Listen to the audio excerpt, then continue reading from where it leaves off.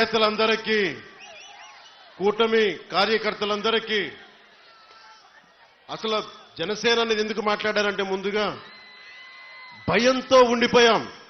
2019 నుంచి 2024 వరకు భయంతో ఉండిపోయింది నేల.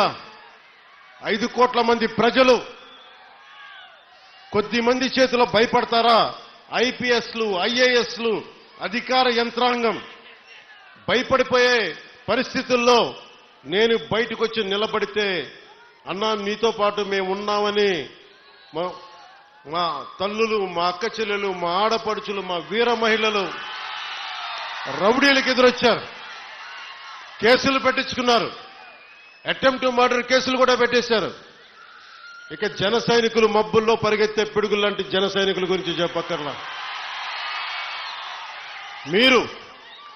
మీరు ధైర్యం ఇస్తే కొత్త తరమే ఇంత పోటీ చేస్తున్నప్పుడు అనుభవం ఉన్న మన తరం ఎంత పోటీ చేయాలని తెలుగుదేశం నాయకులు బయటకు వచ్చారు. కేంద్రం మనకు అండగా ఉండి మనం ఎంకెంత బాగా పనిచేయాలని చెప్పి భారతీయ జనతా నాయకులు అందరం కలిపి ఈ రోజు వచ్చి 164 స్థానాల్ని బలంగా గెలుచుకొని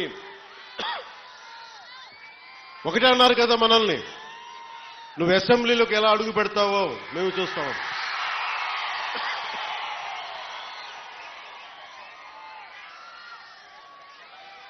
నువ్వు అసెంబ్లీలోకి ఎలా అడుగు పెడతావు, నువ్వు అసెంబ్లీ గేటును కూడా తాకలేవన్నారు. నేను ఎంత సీరియస్గా తీసుకున్నా నాకు తెలియదు, నేను విన్నా వదిలేశాను. కానీ మీరు ఇచ్చిన విజయం పిఠాపురంలో మీరు చాలా సీరియస్గా తీసుకున్నారు.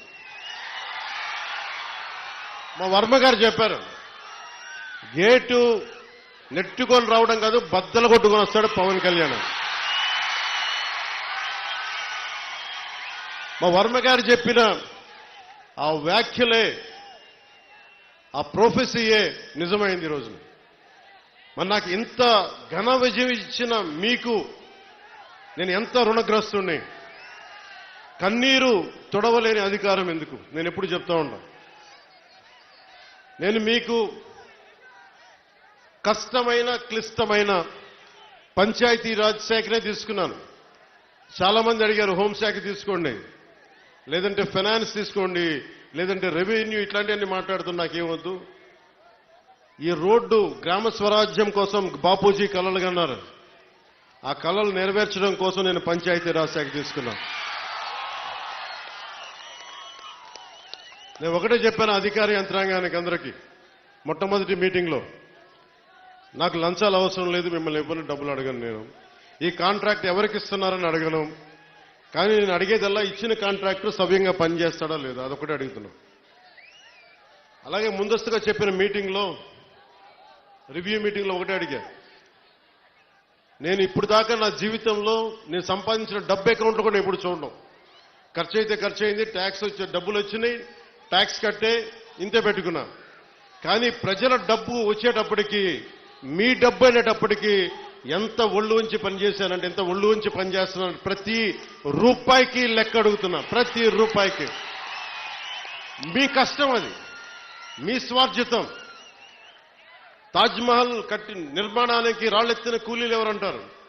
ఈ దేశ ప్రగతికి కండలు కరిగించింది ఎవరు? ఈ దేశ ప్రగతికి రక్తం మాంసాలని ధారబోసింది ఎవరు? అది ప్రజలు, అది మీరు. అందుకే నాకు బాధ్యత ఉంది. నేను మీకు ఈ రోజు నేను చెప్తా ఉన్నాను, ఆ రోజున ప్రమాణ స్వీకారం చేశాను. మొన్న మన కార్యకర్తల సమావేశంలో ప్రమాణ స్వీకారం చేశాను. ఎమ్మెల్యేగా నేను ఈరోజు మళ్ళీ మీ ముందు ప్రమాణ స్వీకారం చేస్తున్నాను.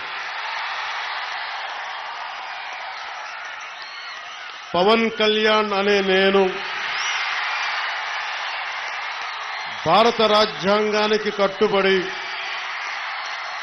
నన్ను అఖండ మెజారిటీతోటి గెలిపించిన నా పిఠాపురం పుర ప్రముఖులకు, పెద్దలకు, ప్రజలకు, యువకులకు, ఆడపడుచులకు, తల్లులకు, యువతులకు, ప్రతి ఒక్కరికి, అన్ని వర్గాల వారికి, ఎస్సీ, ఎస్టీ, బీసీ, ఓసీ, అన్ని మతాలు, ఇస్లాం, క్రిస్టియానిటీ, అన్ని కులస్తులందరికీ నేను హామీ ఇస్తున్నాను. మానవత్వాన్నే కాపాడుతాను, మీ అభ్యున్నతికే కష్టపడతాను. నేను లంచాలు తీసుకోను, నాకు అలాంటి అవసరం లేదు. మీ అభ్యున్నతికే నేను కష్టపడతాను.